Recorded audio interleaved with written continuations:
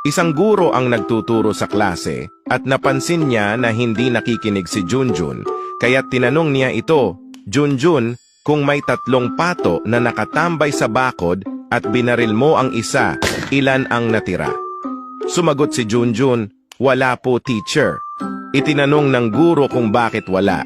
Sinagot ni Junjun, dahil po sa takot kaya tumakbo silang lahat. Mali! Di ba 2 lang dapat ang matitira? Binaril mo na nga yung isa eh. Pero, I like how you're thinking, Junjun, sabi ng teacher.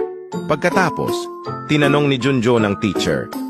Teacher, kapag nakakita ka po ng 3 babae na lumabas galing sa isang ice cream shop, yung isa ay dinidilaan ang kanyang ice cream, ang isa ay sinisipsip ang kanyang ice cream, at ang isa naman ay kinakagat ang kanyang ice cream, sino po sa kanila ang may asawa? Sumagot ang guro. Siyempre, yung sumisipsip sa kanyang ice cream. Anong klaseng tanong ba yan, Junjun? Wow! Sumagot si Junjun at sinabi, mali po kayo teacher, di po ba yung may wedding ring po dapat ang kasal na?